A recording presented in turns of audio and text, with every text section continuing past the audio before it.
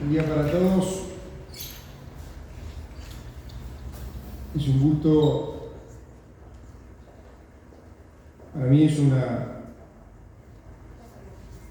privilegio y una oportunidad poder hoy, en esta tercera propuesta que hacemos, además de nuestro programa de gobierno, propuestas específicas para el Uruguay que se viene, para el segundo piso de transformaciones, que sea dedicado a un tema como el de la discapacidad.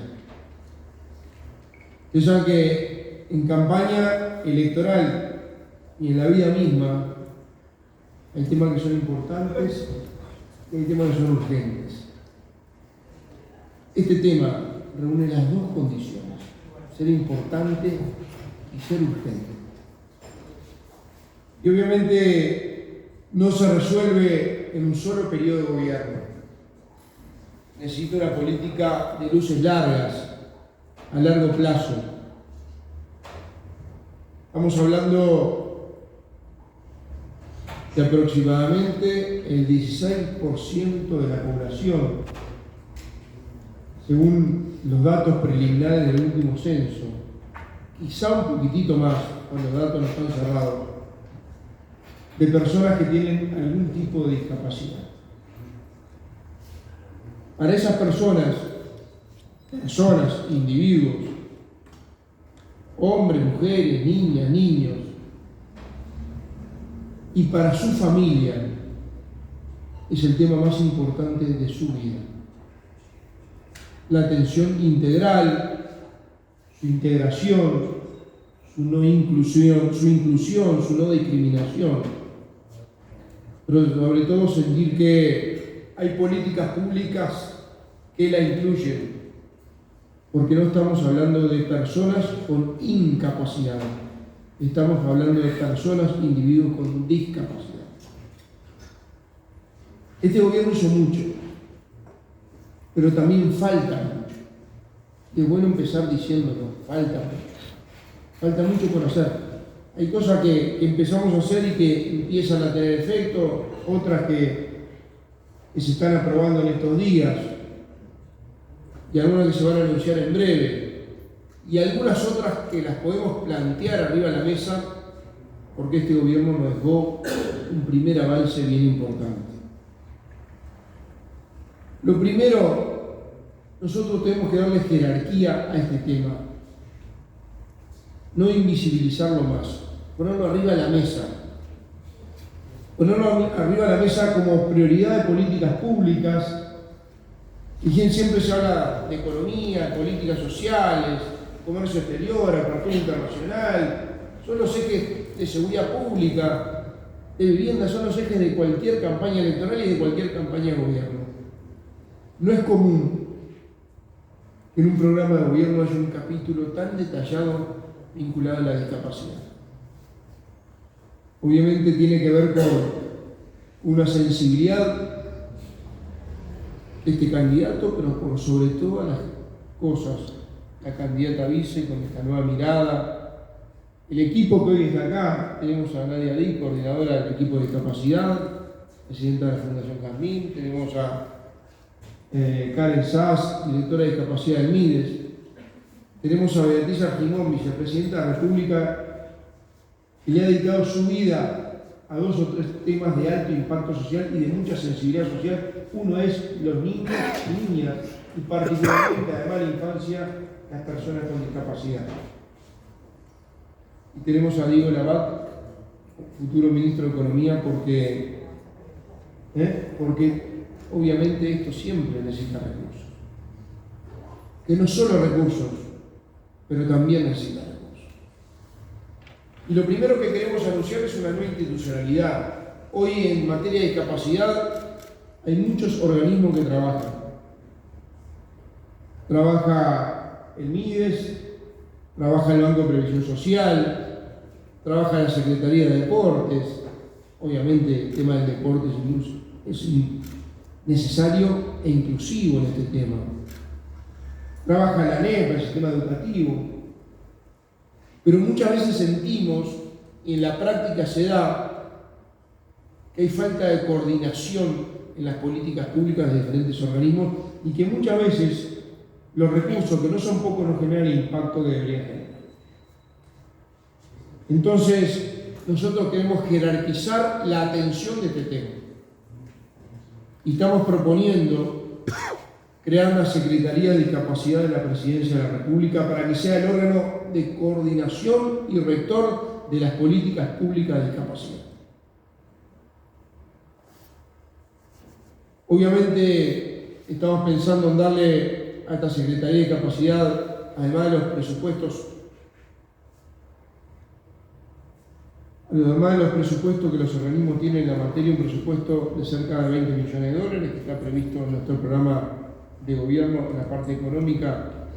Hablaba con Diego Larbat y con Agustín Iturralde, porque necesitamos incluir además, que es el desafío más importante, a todos, y subrayo la palabra todos, los niños con discapacidad. Particularmente en el sistema educativo, a partir de la transición de un modelo que está perimido en el mundo, que son las escuelas iniciales. Necesitamos una inclusión verdadera y para eso necesitamos reestructurar el sistema educativo para atender a los niños y niñas que tienen discapacidad. La otra pata, en este sentido, tiene mucho que ver con la Secretaría de Deportes. A veces, no tener diagnóstico claro nos permiten hacer políticas equivocadas. Recién en este censo, que terminó hace no mucho tiempo, se incluyeron algunas preguntas sobre el tema de la discapacidad, que quizás no fueron todas las profundas o específicas que hubiéramos querido, pero por lo menos se avanzó. Tenemos el censo anterior del 2011, donde hablaba de un 15% de personas de discapacidad. Los datos preliminares que nos dan del censo que terminó nos dicen que esto aumentó. Pero necesitamos datos específicos. Y por eso la creación de un observatorio de discapacidad a fin de contar de datos objetivos, permanentes, para ir haciendo la implementación y la evaluación de las políticas públicas en forma permanente nos parece imprescindible. Valeria, seguramente ahora cuando le dé la palabra, haga referencia la primera vez que la conocí, siendo secretario de la presidencia. El punto de encuentro entre Valeria y quien habla fue la discapacidad. Yo secretario de la presidencia, ella no en su calidad de sindicalista, sino en su calidad de madre de un hijo con discapacidad, que además tienen las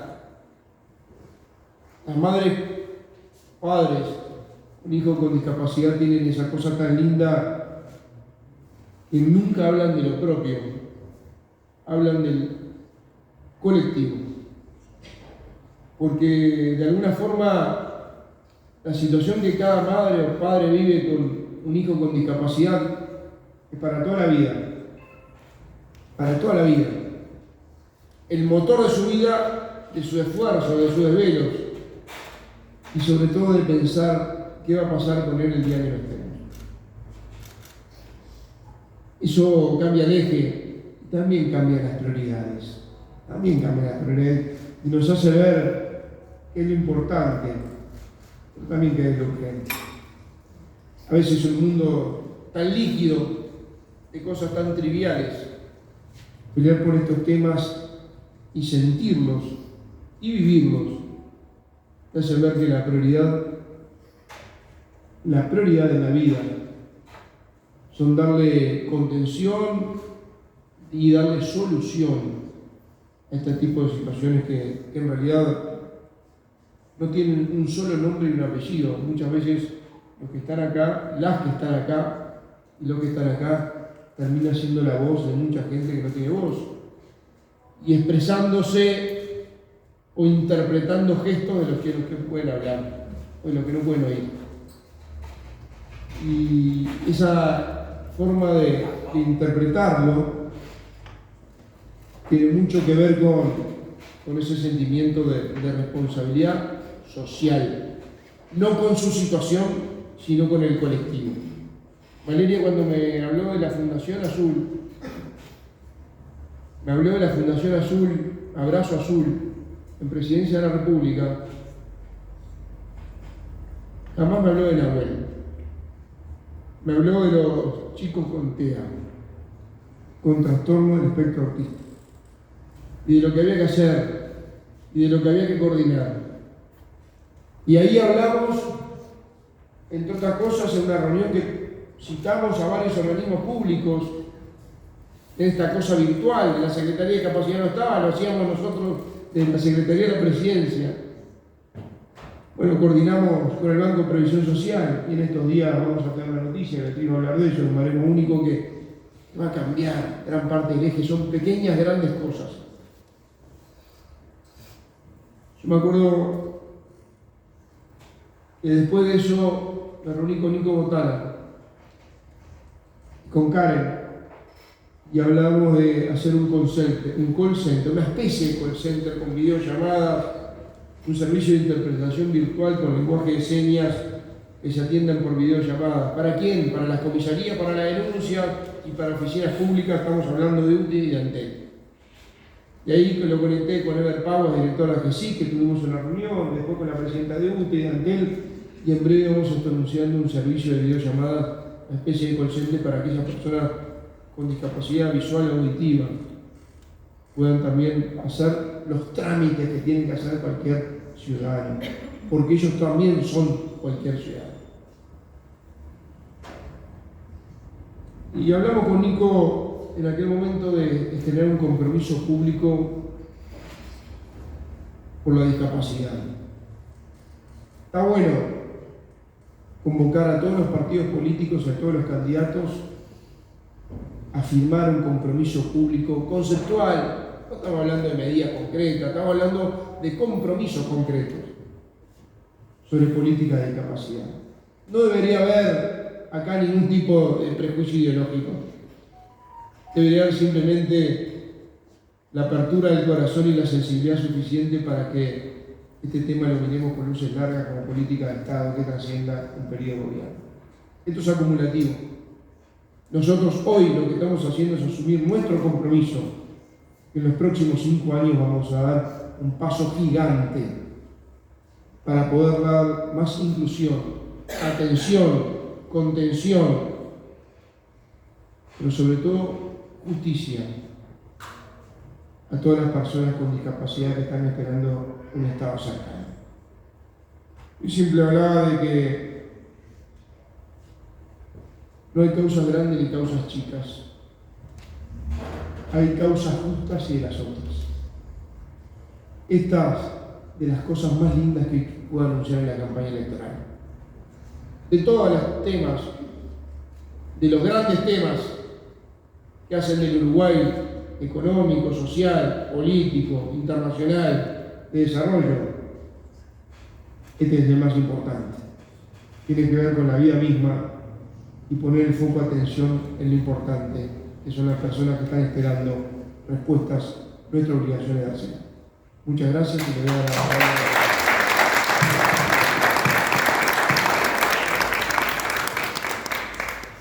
Bueno, buenos días para todos.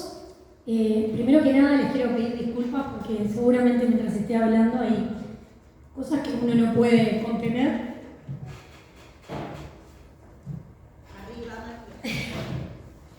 En realidad esto a mí me genera muchísima alegría. Muchos de los que están acá nos conocemos de pelearla juntos. Hace 15 años más o menos que estoy en este tema, en esta organización muy silenciosa que tenemos las familias, que nos toca pasar por diferentes situaciones y que llegue este día en el que hoy tengo la posibilidad de contarles que lo que me trajo a la política partidaria, que es la lucha porque las personas con discapacidad puedan tener una mejor vida, porque se resume en eso, que puedan tener una mejor vida, que puedan tener la vida lo más parecida a la que la tenemos al resto. Y simplemente eso por lo que nosotros peleamos o luchamos como familias. Y que hoy nuestro programa contenga muchas de esas respuestas, muchas de esas cosas por las que venimos peleando hace tanto tiempo. Es imposible que no me genere obviamente alegría, pero también mucha emoción, porque hemos dejado la vida en esto. Nuestra vida son nuestros hijos y nuestra vida es estar permanentemente golpeando puertas que muy pocas veces se abren. Y lo que nosotros estamos proponiendo hoy es abrir las puertas. Y les voy a decir la primera acción que nosotros proponemos, que tiene que ver con el cambio de la vida de nuestras familias, con el cambio de vida de todos esos chicos con discapacidad que van a seguir naciendo en nuestro país y por los que en realidad nosotros estamos haciendo las cosas. Lo que decía Álvaro es verdad, los hijos de la mayoría de los que estoy viendo acá ya son grandes, ya pasamos por todas esas situaciones, pero estas acciones realmente van a permitir que los que vienen no vivan todo lo que nosotros tuvimos que vivir. Y la primera, y creo que la más importante, y que se resume o intentamos resumirla en una frase, es que todas las personas con discapacidad van a estar en la educación todos los días. ¿Y qué significa esto? Porque capaz que la gente que nos escucha dice, ya hoy se puede estar en la educación todos los días, o eso debería de suceder. Bueno, muchos niños, adolescentes y adultos con discapacidad no pueden estar dentro de la educación. Hoy no forman parte del sistema educativo. Hoy no pueden estudiar. O los dejan ir 1 hora por día, o 3 días a la semana, o buscan todas las formas posibles de que dejen de ir, porque no los dejan participar en los actos escolares, no los dejan ir a los festejos de los cumpleaños. Y eso hoy pasa todavía. Entonces, el hecho de generar una política clara en la que la inclusión no sea una decisión de alguien, que no sea la decisión de un director, de un docente, de la burocracia, sino que la educación sea un derecho igual para todos, es lo que estamos proponiendo. Obviamente sabemos que esto requiere apoyos, que para que las personas con discapacidad puedan realmente ser parte de un grupo, puedan participar a la par que cualquier otro niño, joven o adulto en el sistema educativo, requiere varias cosas. Requiere obviamente la creación de la figura formalmente del asistente pedagógico, porque hay niños que lo necesitan para poder estudiar. Requiere el seguir potenciando algo que comenzó en este periodo, que son los facilitadores de autonomía, que a veces tienen que trabajar en conjunto o tendrán que trabajar en conjunto con estos asistentes. Y también algo fundamental, que me parece que hay que decirlo de esta forma porque es necesario, es que la capacitación a los docentes ya no va a ser voluntaria. Incluir va a ser una política de Estado. Por lo tanto, la capacitación docente va a ser obligatoria. Ya no van a poder elegir entre incluir o no incluir. Y no van a tener la excusa de no tener la formación para esto. Quienes ya son docentes podrán acceder a una capacitación que va a tener carácter obligatorio, y quienes obviamente están formándose para ser los futuros docentes ya hoy tienen la posibilidad de formarse a partir de la reforma educativa en inclusión, porque para que todos tengan el derecho y la posibilidad de estar, necesitamos que todas estas cosas se den a la vez. Por lo tanto, si la educación es la principal y fundamental política social, también se transformará en la principal y fundamental política de inclusión. El que nuestros niños puedan estudiar va a significar o va a ser la diferencia entre que puedan tener autonomía o no la tengan, entre que puedan trabajar o no puedan. Y eso va a condicionar su vida y su independencia en adelante. Y lo quiero conectar con el otro punto que va a ser fundamental. Y miro a varias de las personas que están sentadas hoy acá y pienso en muchas otras que se han sentado conmigo y me han dicho: ¿qué va a pasar cuando yo no esté? ¿Qué va a ser de mi hijo cuando yo no esté? Ya están pasando los años, nos vamos poniendo grandes, ellos crecen, no hay hermanos, no hay familia, no hay lugar donde ellos estén. Perdón, disculpa, ya sigo. Y lo que nosotros proponemos es que va a existir ese lugar, que las mamás, los papás, vamos a poder envejecer tranquilos, vamos a poder disfrutarlos hasta el último día, porque vamos a tener la tranquilidad de que el Estado va a estar presente y se va a hacer cargo de que ellos puedan seguir con su vida de la forma más natural del mundo, que puedan ser felices, pero que tengan un lugar donde van a vivir y que nosotros podamos estar tranquilas de que esos últimos años la pasamos pensando qué va a ser de ellos. Bueno, acá está la política, hay algunos lugares de medio camino que hoy ya existen, que trabajan con algunas condiciones y con algunas enfermedades, pero esto se va a universalizar. Y quienes hoy tenemos hijos en la adolescencia, son adultos, van pasando los años, podemos transitar nuestra vida tranquilos, disfrutar a nuestros hijos y saber que cuando no estemos igual van a estar bien. Y creo que eso es una de las cosas más importantes a quienes formamos parte de este colectivo, que un partido político, pero que un gobierno nos puede decir, que podemos estar tranquilos porque nuestros hijos van a estar bien. Y ese es el segundo gran tema o punto que queríamos también poner arriba de la mesa. No quiero dejar de enumerar algunos otros que quizá no sintamos tanto ese peso de esas dos cosas tan importantes y que hemos reclamado tanto, pero tienen que ver con el priorizar la atención de la salud para las personas con discapacidad. En cuanto a, les quiero poner algún ejemplo quizá para que sea gráfico. Ustedes saben que yo estoy muy involucrada en el autismo, pero esto también le pasa a otras condiciones como el síndrome de Down u otras situaciones que no podemos esperar en una sala de espera durante un montón de tiempo mientras el médico nos atiende. Bueno, eso no va a pasar más. Se va a priorizar la atención, se va a priorizar el acceso a los especialistas. Cuando estamos en la búsqueda de un diagnóstico, cuando estamos a la espera de un psiquiatra infantil, de un neuropediatra o de un especialista específico que a veces se tarda mucho tiempo y eso hace que perdamos tiempo sumamente valioso para el tratamiento de nuestros hijos en edades que son fundamentales, que es cuando son chiquitos, que es cuando están en esa edad en donde todo fluye mucho más rápido y los tratamientos realmente generan los mejores resultados. Entonces, el priorizar la atención de la salud va a ser muy importante.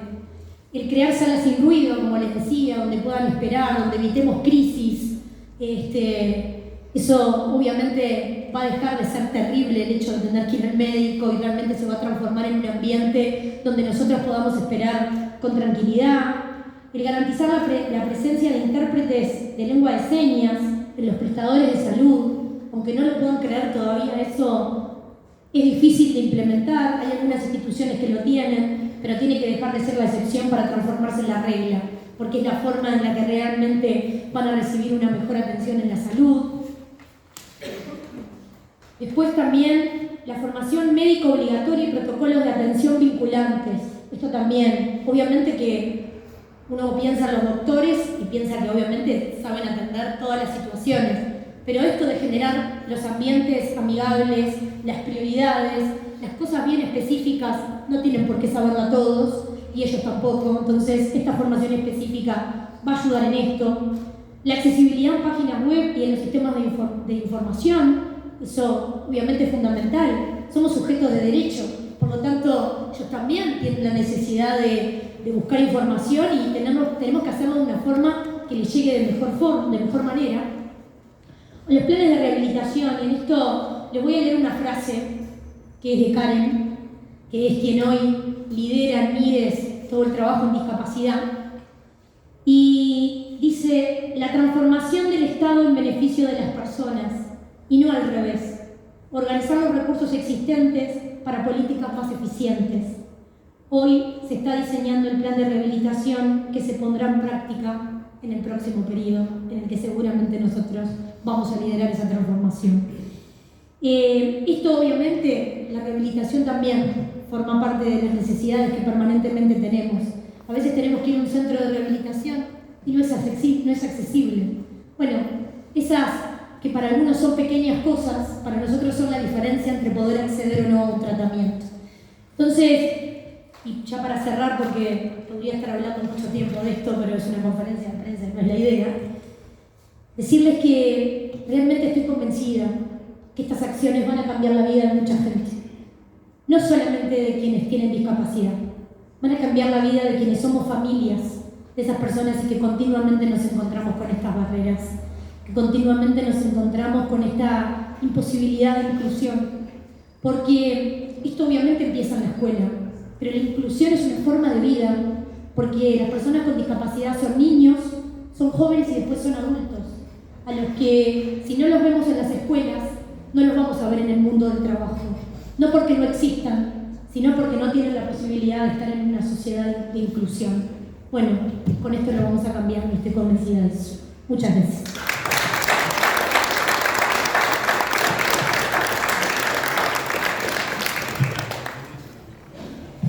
Bueno, muy buenos días. Mientras hablaban Álvaro y Valeria, y me voy a permitir hacer una reflexión personal, iba con imágenes que pensaba que cuando tenía que pedir algo específico, en especial por este tema, iba al secretario de la presidencia.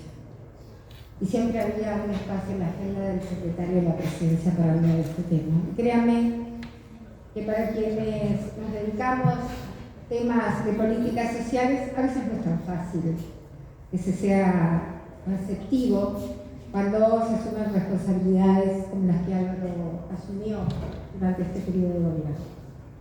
Pero también cuando hablaba Valeria, me acordaba la primera vez que nos vimos. Como las dos sentadas aparece el abrazo azul y el avanzar en plena pandemia.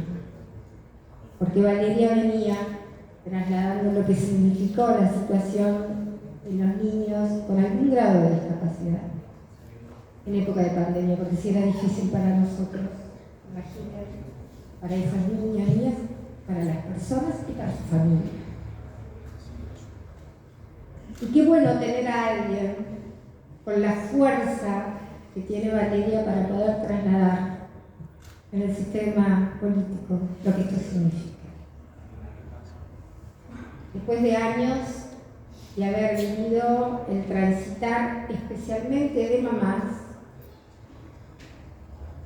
recorriendo y peregrinando por actores políticos pidiendo que estos temas se hablaran.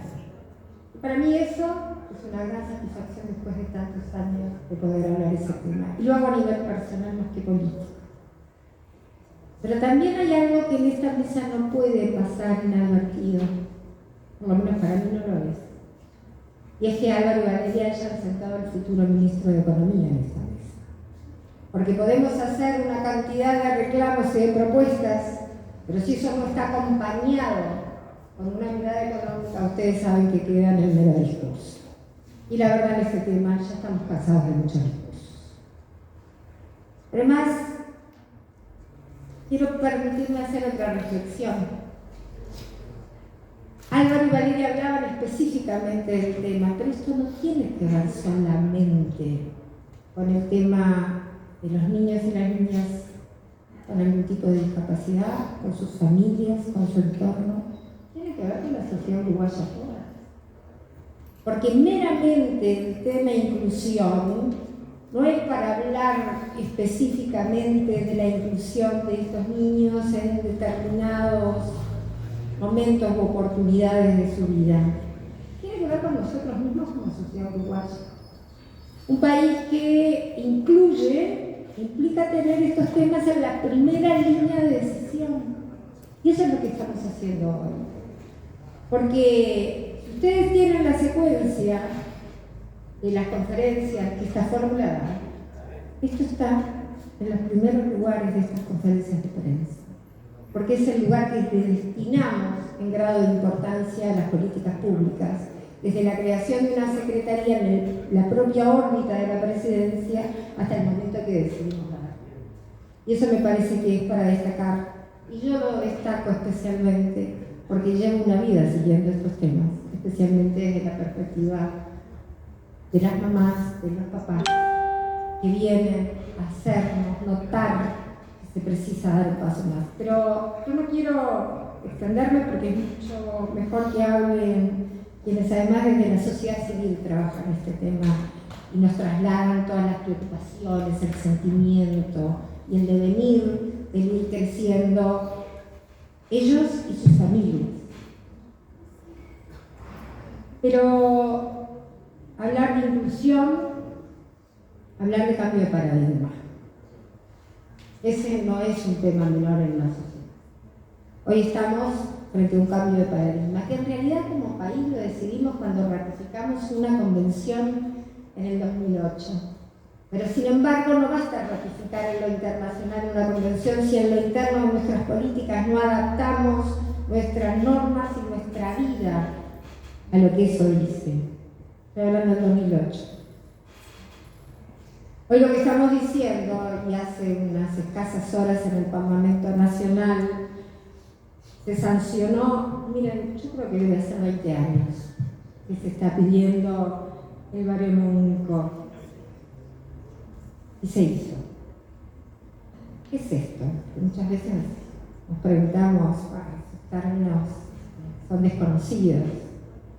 Mira, no es ni más ni menos de una herramienta indispensable para la medición de esa discapacidad, de esa situación de discapacidad. Implica cómo uno se enfrenta al Estado. Ese Estado que cuando una familia va a pedir que se le tienda la mano, tiene una y otra vez barreras burocráticas y mediciones distintas, y una vez Valeria te dice que ese niño es discapacitado, así, y otra vez esa misma medición es cambiada de una pensión que se daba ya en la ciudad. Eso fue lo que se sancionó en este gobierno. Podemos seguir hablando de este tema, pero miren, vamos a dar un paso más. Durante muchos años, el ser un niño, una persona con algún grado de discapacidad, muchas veces estaba también violentado su derecho en las tomas de decisiones. Muchas veces se estaba limitando a alguien que tenía un cierto grado de discapacidad a tener siempre una tutoría. En el mundo moderno eso no es así. En las sociedades que verdaderamente incluyen, se les escucha, se les da grado de autonomía, se les acompaña, se les interpreta y las políticas están al servicio de ellos, también escuchándoles. Eso es lo que vamos a hacer. Entonces, ustedes entenderán y disculpen, y agradezco especialmente la fórmula que me haya invitado a estar acá. Porque he visto muchísimas mamás y papás durante muchos años peregrinar pidiendo estas cosas. Y hoy la fórmula lo pone en primer lugar esa gente. Muchas gracias. Para cerrar, simplemente le vamos a dar la palabra a quien estuvo coordinando el equipo técnico de discapacidad, a Nadia. Acá cierra la conferencia y después estamos abiertos a las preguntas. Buenos días a todos. Gracias Álvaro, gracias Valeria por haberme convocado. La verdad que fue una gran alegría. Yo vengo trabajando en la inclusión de las personas con discapacidad, de los niños y niñas con discapacidad ya hace muchos años. Yo soy de esas mamás que como Valeria nos tocó golpear muchas puertas, nos tocó enfrentarnos a una realidad que no estaba preparada para nosotros ni para nuestros hijos. Al principio me pasó de enojarme mucho con todo eso que no había para nosotros, pero enseguida pensé que lo que había que hacer era tratar de, ser un poco también la voz de todas esas mamás y papás de esas familias que necesitaban tener ese lugar en la sociedad.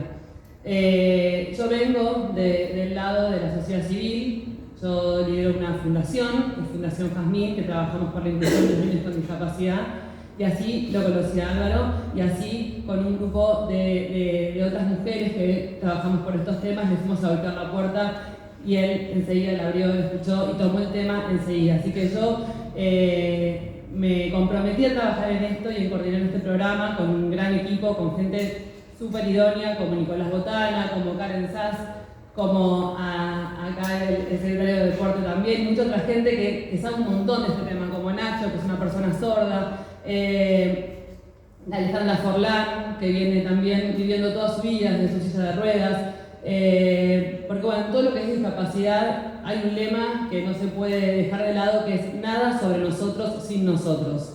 O sea, para hablar de discapacidad, para hablar de políticas de discapacidad, estamos las familias de personas con discapacidad y están las personas con discapacidad.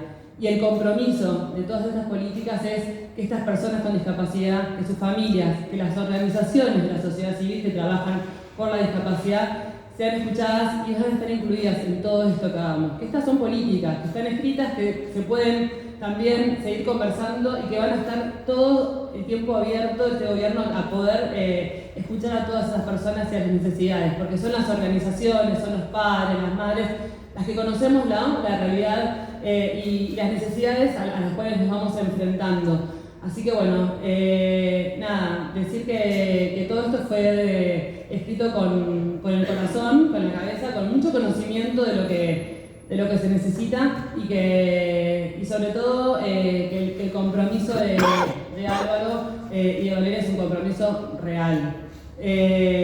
Yo lo puedo asegurar desde la sociedad civil, desde mamá de una niña con discapacidad.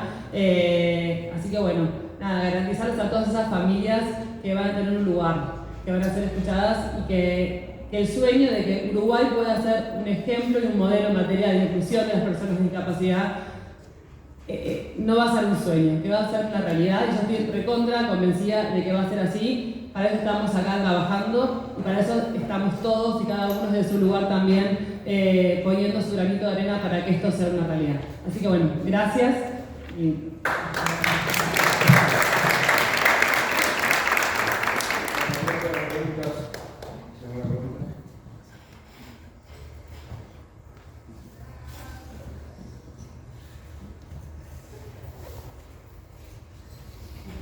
Muy buenos días, Nicolás Viquela para Subrayado. Bueno, quería consultar, no sé si es la persona correspondiente, en cuanto a presupuesto, ¿qué significa esto para el próximo periodo? Sí, yo quiero hacer una introducción.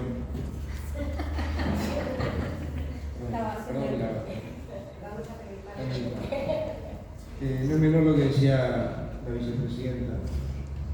No es común, este es un tema de agenda de un programa de gobierno. No le electoralicemos este tema. Yo hablé de un compromiso nacional de todos los partidos políticos. Acá no puede estar la ideología acá adentro. Tiene que haber la sensibilidad de estar acá adentro. La vocación de incluir. Y además no podemos pensar en ser el país más desarrollado de América Latina si no abordamos este tema, y Uruguay es el país más inclusivo de América Latina. Eso vamos. Por ese compromiso tenemos.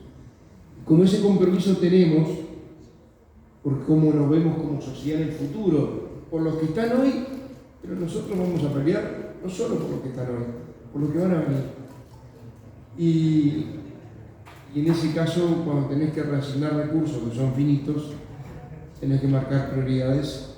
Lo que estamos anunciando además es que esta va a ser una de las prioridades del próximo año.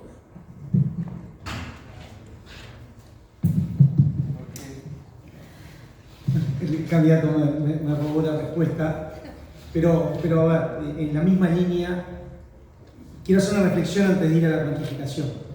Precisamente, todos tenemos claro que los recursos que la sociedad destina a través del Estado para las distintas necesidades es finito. Y ahí, yo digo, quiero hacer una reflexión sobre una palabra que nosotros usamos, que van a escuchar cada vez más y que van a escuchar mucho en los próximos 5 años. Cuando uno tiene recursos finitos, la palabra más importante pasa a ser priorizar. Y cuando uno prioriza, siempre tiene que poner adelante de todo, como decía Álvaro hoy, las cosas importantes y las cosas urgentes. Y acá tenemos un ejemplo de un destino de los fondos que claramente es importante y es urgente. Y ese va a ser el criterio que van a seguir escuchando en todos los próximos años de cómo hay que asignar recursos. Dicho esto, ahora sí voy a los números. Nosotros estamos estimando los recursos a través de la Secretaría de Discapacidad, serían unos 20 millones, esa es nuestra estimación, más, y a eso hay que agregarle una serie de asignaciones que hay que hacer dentro del presupuesto de la educación formal, porque este proceso, entre otras cosas, prevé paulatinamente ir cerrando escuelas especiales y pasando a destinar esos recursos a la inclusión dentro del resto de los institutos. Así que 20 más lo que se reasigne a través de los recursos de la educación formal. Aprovecho, recién usted decía, Delgado, el hecho de no llevarlo a términos electorales. Aprovecho para consultarle a Ripoll, porque ha trascendido a través de Twitter una crítica de Kechichian hacia usted por un mensaje en un grupo de WhatsApp, justamente con familiares, si no me equivoco, no sé qué opina, si lo ha visto, qué le parece. Lo vi, ahora yo debo tener unos 100 grupos de WhatsApp vinculados a la discapacidad y a todos por igual los invité a escuchar las propuestas. Creo que a la senadora quizá le falte humanizarse un poco más, porque cuando formamos parte de estos colectivos y lo vivimos como lo vivimos, cada posibilidad de poder escuchar a alguien que propone hacer algo para mejorar la vida de este colectivo puntualmente, todos nos pasamos el aviso. Irresponsable sería de mi parte, que he peleado casi la mitad de mi vida por esto, saber que voy a informar cosas que son trascendentes para las familias y no avisarles para que lo escuchen. Uno cuando toma decisiones lo tiene que hacer con la información. Bueno, este partido se ha caracterizado por semana a semana informar lo que propone hacer en cada una de las áreas. Bueno, lo que yo hice como candidata a la vicepresidencia es informar a todas esas familias que sé que están esperando saber qué es lo que planteamos los políticos que vamos a hacer en cada uno de estos temas, informarles que hoy vamos a presentar justamente un tema que para ellos es el problema de su vida. Quizá, y esto no es para nada personal, quizá le falta humanizarse un poco más. Cuando uno tiene contacto con estos temas, se da cuenta de lo importante que es para la vida de estas personas, ¿no? Entonces, sinceramente la crítica no me afecta, me parece que le hace falta sensibilizarse un poco más y conocer un poco más de estos temas. Seguramente si supiera lo que significa para nosotros, no habría hecho esa publicación. Daniel Terón de Canal 12 Telemundo. Concretamente, hay un programa ¿De dónde?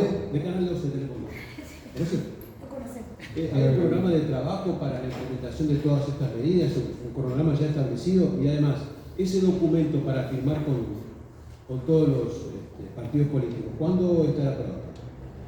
Miren, en el programa de trabajo hay cosas que se están haciendo, cosas que se van a hacer en el próximo periodo de gobierno, algunas que empezamos de la Secretaría de la Presidencia que se van a cristalizar en breve. Creo que el tema del call center está, call center virtual en realidad, para poder hacer las denuncias, hacer trámites, con convenio con UTE, con Antel, con el Ministerio del Interior, coordinado por AGESIC, que va a permitir a las personas con discapacidad, sobre todo audiovisual, poder hacer los trámites o denuncias correspondientes. Seguramente en octubre se empieza a implementar un plan piloto.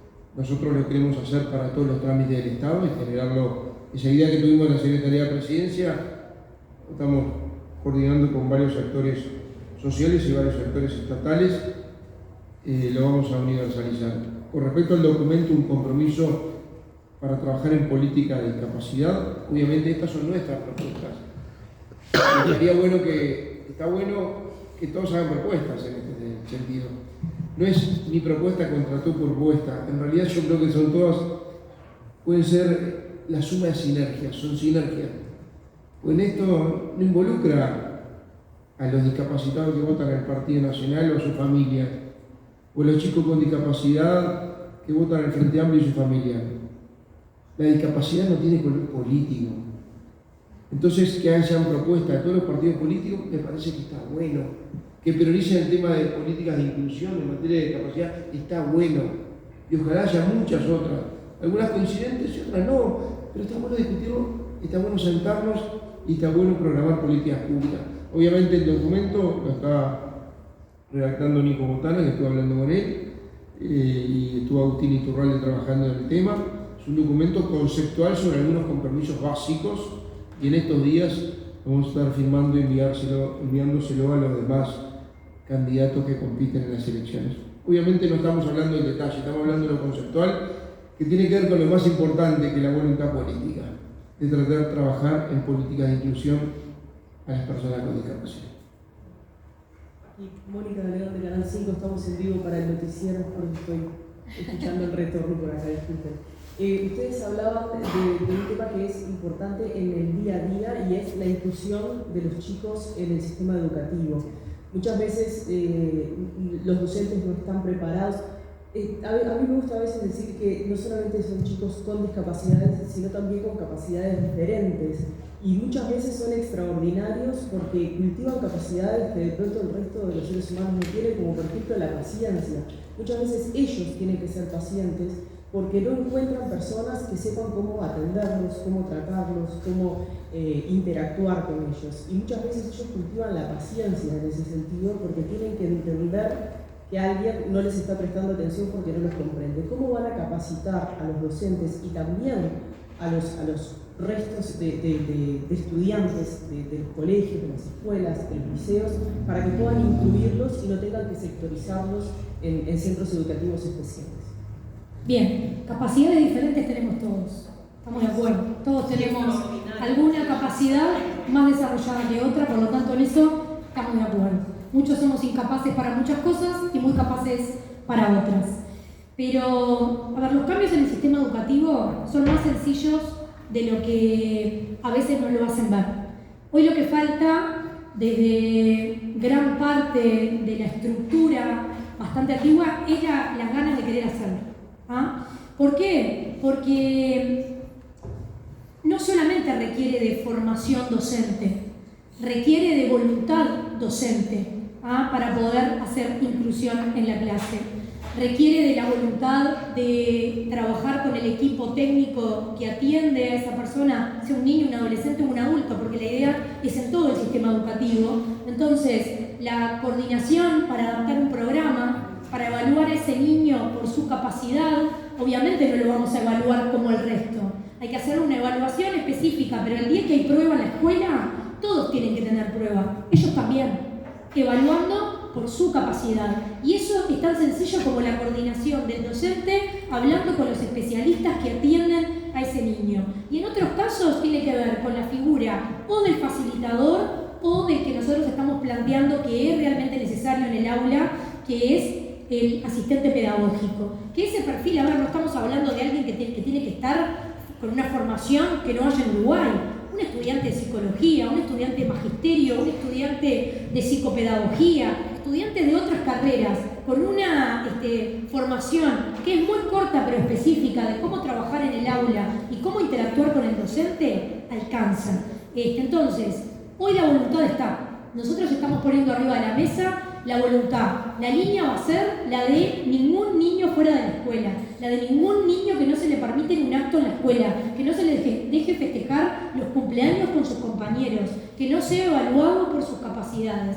Y después de que esa decisión está tomada, después es la implementación cotidiana. Muchas de las herramientas existen y lo que faltaba era la voluntad. Bueno, hoy la voluntad está la decisión política de que esto pasa a ser una prioridad y algunas cosas ni necesitan mucho dinero ni necesitan mucha gente que lo haga. Simplemente con este cambio y con la decisión de que esto va a ser de aquí en adelante, ya ninguna mamá va a tener que visitar 20 escuelas para ver si en alguna de las 20 encuentra que le acepten a su hijo. O no va a tener que anotarlo sin decir que tiene cierta condición para que el primer día de clase los docentes vean que tiene esa condición para poder asegurarse que va a tener un lugar. Bueno, todas esas peripecias que nosotros pasamos cotidianamente, bueno, ya no las vamos a pasar más.